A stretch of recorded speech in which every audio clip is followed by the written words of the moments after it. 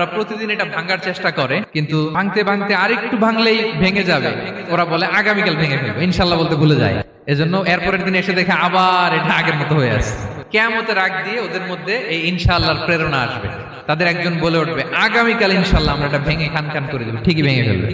তখন তারা ভেঙে চুরে কুটি কুটি ইয়াজুজ মাজুজের দল এসে হামলে পড়বে।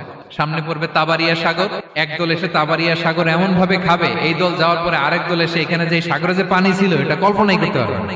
তারা পৃথিবীতে ফিতনা ফাসাদ করবে।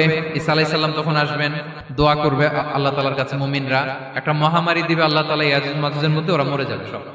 এরপর বিশাল এক পাখি এসে তাদেরকে আল্লাহর মর্জি মাফিক এমন এক জায়গায় ফেলে আসবে, কেউ জানবে না। তো তারা যে পচে গলে মাটির সাথে মিশেছিল, এই গলিত লাশ থেকে মাটি খুব উর্বর হয়ে যাবে।